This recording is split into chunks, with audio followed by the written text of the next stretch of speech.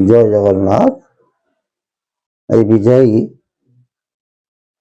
ଭଲ କଥାଟି ମନେ ରଖ। ଆଜି ଆଲୋଚନା କରିବା ଦାସେ ଆଉ କେତେ ଦିନ, ମାରୁ ମାରୁ ଯେତେ ଦିନ। କହିବାର ତାତ୍ପର୍ଯ୍ୟ ଗୋଟେ ଗୂଢ ରହସ୍ୟ ରହିଛି।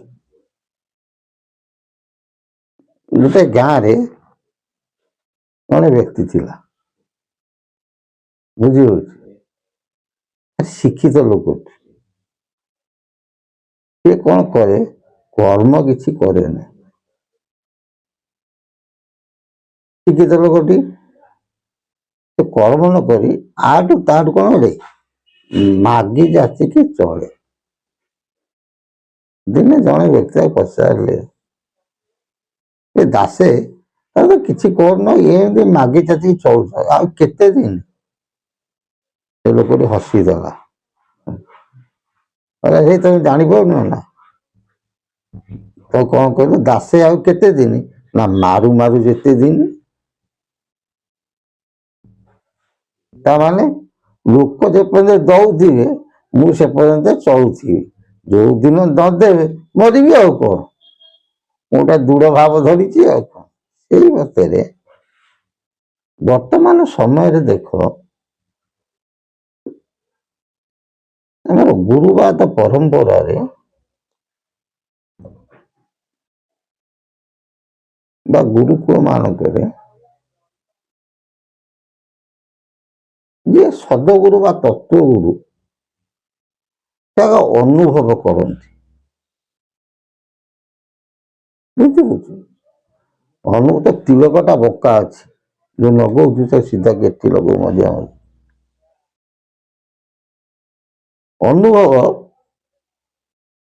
ଯାହା ଗୁରୁ କରନ୍ତି, କାରଣ ସେ ସଦଗୁରୁ ନା, ତତ୍ଵଗୁରୁ, ସେ ନିଜ ଅନୁଭବ ଯୋଉ କଥାଟା କରିଥିବେ ସେ ଶିଷ୍ୟ ମାନଙ୍କୁ ସେଇ କଥା ଲାଗୁ ବତାନ୍ତି। କିନ୍ତୁ ବର୍ତ୍ତମାନ ସମୟରେ ସବୁ ଗୁରୁବାଦ ନୁହଁ, ଅନେକ ବ୍ୟକ୍ତି ବିଶେଷ ଅଛନ୍ତି, ସେମାନେ କଣ କରନ୍ତି, ନିଜେ ଅନୁଭବ କରନ୍ତି ନା। ଶାସ୍ତ୍ର ଅଧ୍ୟୟନ କରି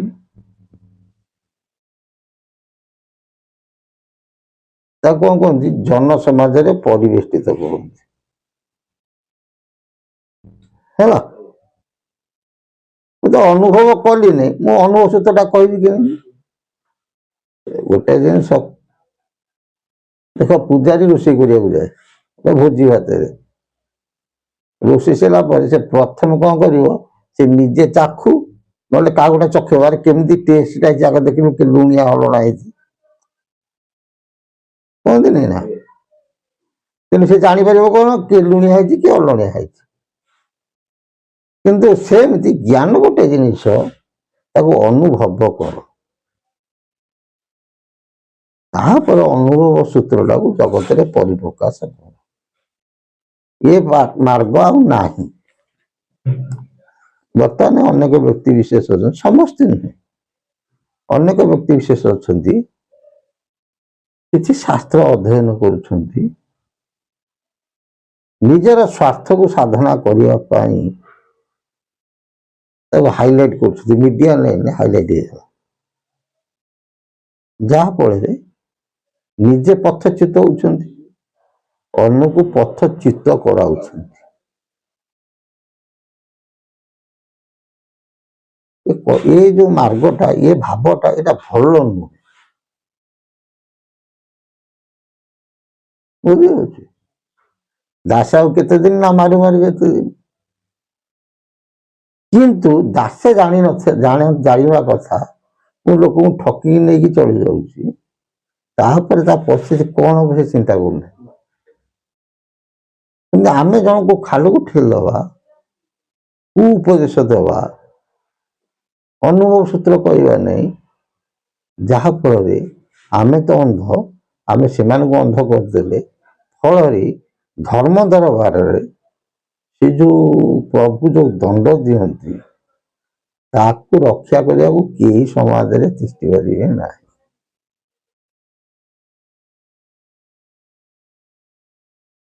ଗୋଟେ ଗାଁ ଗହଳିରେ କହନ୍ତି ନାଇଁ ନା, ଦୈବ ଦୌଡ଼ି ମଣିଷ ଗାଈ ଯେଣିକିଟା ନଈ ସେଣିକି ଯାଏ। ହାତରୁ ସିନା ମାଛ ଖସିଯାଏ, କଣ ପୋଖରୀରୁ ଖସିଯାଏ? ଜାଲୁଆ ଦିନେ କଣ କରିବ? ଜାଲ ପକେଇବ, ସେ ମାଛକୁ ଧରିବ। ତେଣୁ ତମେ ଯାହା କରୁଛ କର, କିନ୍ତୁ ପ୍ରଭୁ ବିଚାରଟାକୁ ତାଙ୍କ ନିଜ ହାତରେ ରଖିଛନ୍ତି। ଦୈବ ଦୌଡ଼ି ମଣିଷ ଗାଈ। ଆମେ ଗୋଟେ ଗୋଟେ ଗାଈ ସଦୃଶ, ଜଣେ କିଏ ଉପରେ ଅଛନ୍ତି, ଦୈବ ରୂପକ ଦୌଡ଼ିକି ସେ ଧରିଛନ୍ତି। ଯୁଆଡି ଟାଣି ଦେବେ ତମେ ସିଆଡ଼ିକି ଯିବ। ସେଥିପାଇଁ କି ମନୁଷ୍ୟ ନିଜର ମୃତ୍ୟୁକୁ ନିଜେ ଜାଣିପାରନ୍ତି ନାହିଁ। ଜାଣନ୍ତି, ଅନେକ ସିଦ୍ଧ ସାଧୁ ଅଛନ୍ତି ସେ ଜାଣନ୍ତି, ତାଙ୍କ ପାଦକୁ ଶରଣ। କିନ୍ତୁ ମାନବ ଜନ୍ମରେ ନିଜ ମୃତ୍ୟୁକୁ ନିଜେ ଜାଣିବା କଥା ଆମ ମଧ୍ୟରେ। ଆଉ ଅନେକ ବ୍ୟକ୍ତି କୁହନ୍ତି ଆମେ ପ୍ରଭୁଙ୍କୁ ଆଖିରେ ଦେଖିଛୁ, ହେଇପାରୁଥାଏ। ଯେତିକି ମନେ ରଖିଥାଅ, ଯିଏ ନିଜ ଆଖିରେ ଆମେ ନିଶ୍ୱାସ ନେଉଛେ, ନିଶ୍ୱାସ ନେଉନେ, ଆମେ ନିଶ୍ୱାସ ନେଉଛେ, ଆମକୁ ଦେଖାଯାଉଛି, କିନ୍ତୁ ହାତ ନାକ ଆଗରେ ଦେଖେଇଲେ ପବନ ବାଜିଲେ ଆମକୁ ଜଣାପଡୁଛି। ଗୋଟେ ଗଛ ପବନ ଆଉଛି ଆମକୁ କଣ ଜଣା ପଡୁଛି? ଦେଖାଯାଉଛି? ଦେଖା ହଉନି। କିନ୍ତୁ ଗଛ ହଲିଲା ବେଳକୁ ଜାଣିଛନ୍ତି ଆମର ପବନଟା ହଉଛି। ମହାପୁରୁଷଙ୍କ ବାଣୀ ହିସାବରେ ଯିଏ ପବନକୁ ଦର୍ଶନ କରିପାରିଥିବ, ସିଏ ପ୍ରଭୁ ବୋଲି କଣ ଗୋଟେ ଜିନିଷ ସେ ଦର୍ଶନ କରିପାରିବ, ଏବଂ ସେ 56 କୋଟି ଜୀବଙ୍କ ବିଷୟ ଜାଣିପାରିବ। କିନ୍ତୁ ବର୍ତ୍ତମାନ ତାହା ନାହିଁ। ଅତୀତରେ ଗୁରୁକୁଳ ମାନଙ୍କରେ ସାକାର ଦର୍ଶନଟାକୁ ଭଲ ପାଉଥିଲେ, ବୁଝି ହଉଛି? ତେଣୁ ସାକାରବାଦ ଦର୍ଶନଟା ବହୁ କଷ୍ଟସାଧ୍ୟ, ସେଥିପାଇଁ ସୂକ୍ଷ୍ମ ଦର୍ଶନଟାକୁ କରାଗଲା। ସମସ୍ତେ ସ୍ଥୂଳବାଦ ଦର୍ଶନ କରିପାରିବେ ନାହିଁ, ତେଣୁ ସୂକ୍ଷ୍ମ ଦର୍ଶନରେ କିଛି ଅନୁଭୂତି କରନ୍ତୁ। ସୂକ୍ଷ୍ମବାଦକୁ ତମେ ଯୋଗ ଧାରଣା ତପ କଲେ କଣ ହୁଏ? ମନଟା ସରୁ ହୁଏ, ମନ ସ୍ଥିରତା ଆସେ। ଯାହାର ମନ ସ୍ଥିର ହବ ସେ ପ୍ରଭୁଙ୍କୁ ପାଇବ। ସେଥିପାଇଁ କହନ୍ତି ଯାହାର ମନ ଅଟେ ସରୁ ନିଶ୍ଚୟ ପାଇବ କଳ୍ପତ।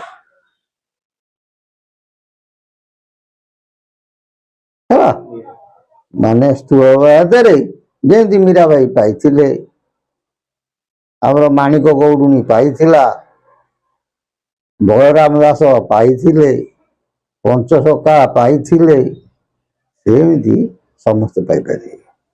କିନ୍ତୁ ସେଥିପାଇଁ ସେମିତିଆ ଗୁରୁକୁଳ ଦରକାର, ବୁଝି ହଉଛି? ଠାକୁର ଅଭିନୟ ସୁନ୍ଦର କୁହନ୍ତି, କହେ ଅଭିରାମ ବାଇ ଅନୁଭବ ଗୋଟି ସତ୍ୟ ଗୁଣ। ହେ ଜଗତବାସୀ, କହିବା ବୋଲିବାରେ ବାଇ ହୁଏ ନା, ଅନୁଭବ କର। ଯୋଉଟା ଅନୁଭବ କରିବ ସେଟା ତମ ପାଇଁ ସତ୍ୟ। ଜଣେ କହିଦେଲା, ସେଥିରେ କଣ ଗଲା? ଅନୁଭବ କର, ତମେ ଠିକ ଜାଣିପାରିବ। ଆରେ ପରେ ମହାପୁରୁଷ କହନ୍ତି, କହିବା ବୋଲିବା ବାହୁଲ୍ୟ ଅଟଇ ଅନୁଭବ କର ଯାଇ, ଅନୁଭବ ଜ୍ଞାନ ବର୍ଣ୍ଣିତ ନୁହଇ ଗୁରୁ କୃପା ହେଲେ ପାଇ। ଜୟ ଜଗନ୍ନାଥ। କହିଲେ କହିବା ବୋଲିବା ବାହୁଲ୍ୟ ଅଟଇ। ଲୋକଙ୍କୁ ପୁରାଣ ଶାସ୍ତ୍ର କହିବା ତାର କିଛି ମହତ୍ଵ ନାହିଁ। ଅନୁଭବ କର, ନିଜେ ଆଗ ଅନୁଭବ କର, ଅନୁଭବ କରିକି ତାକୁ କୁହ। ଆଉ ବହି ପଢି କହିଲେ ତାର କିଛି ମହତ୍ଵ ନାହିଁ। ଅନୁଭବ ଜ୍ଞାନ ବର୍ଣ୍ଣିତ ନୁହଁ। ପ୍ରକୃତରେ ପ୍ରଭୁ କଣ, ଯିଏ ତାକୁ ଦର୍ଶନ କରିଥିବ, ସେ ମୁଖରେ ବର୍ଣ୍ଣନା କରିହବନି। ପାଇବ କେମିତି? ନା ଗୁରୁ କୃପା ହେଲେ ପାଇ।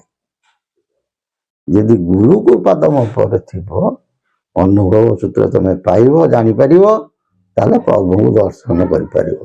ଆଉ ସେ କହି କହିକା କେତେ ଜନ୍ମ ଚାଲିଯିବ ପଛେ ବିଭୁଙ୍କୁ ପାଇବା ବହୁ କଷ୍ଟ। କାରଣ ଧ୍ରୁବ ଏଠି ଟିକେ ନାକୁ ଛୁଆ ପ୍ରଭୁଙ୍କୁ ପାଇଯାଇଥିଲା, କାହିଁକି ତା କେତେ ଜନ୍ମ ତପସ୍ୟା ହେଇଥିଲା, ତା ହାଡ଼ ପଡ଼ି ପଡ଼ିକା କଣ ହେଇଥିଲା, ପାହାଡ଼ ହେଇଯାଇଥିଲା, ଧଳା ପାହାଡ଼। ବୁଝିପାରିଲ ନା ବୁଝିପାରିଲ? ତେଣୁ ସେଇ ଉପରେ ଠାକୁର ଅଭିରାମ ପରମହଂସ ତାକୁ ସମାଧାନ କଲେ, କହିଲେ କହିବା ବୋଲିବା ଚାତୁରୀ କିଛି ରହିବ ନାହିଁ, ଗୁଣ କ୍ରିୟା କର୍ମ ବଛା ଯେ ହୋଇବ କୂଳକୁ ବିହନ ହୋଇବ ସେ। ଯାହାର ଗୁଣ ଠିକ ଥିବ, କର୍ମ ଠିକ ଥିବ, କ୍ରିୟା ଠିକ ଥିବ, ସେଇମାନେ ବିହନ ହେବେ। ଆଉ ଏ କହିବା ବୋଲିଆ ଚାତୁରୀ, ମୁଖଟାଳେ ମୁଖ ଅକାଣିଆ ଜ୍ଞାନ ନୁହଁ, କି ଆଖି ତରାଟିବା ଧ୍ୟାନ ନୁହଁ। ଜୟ ଜଗନ୍ନାଥ। ସେ ମହାପ୍ରଭୁଙ୍କ ସଦିଚ୍ଛା ପୂର୍ଣ୍ଣ ହଉ। ବୋଲ ଆନନ୍ଦିକ ହରି।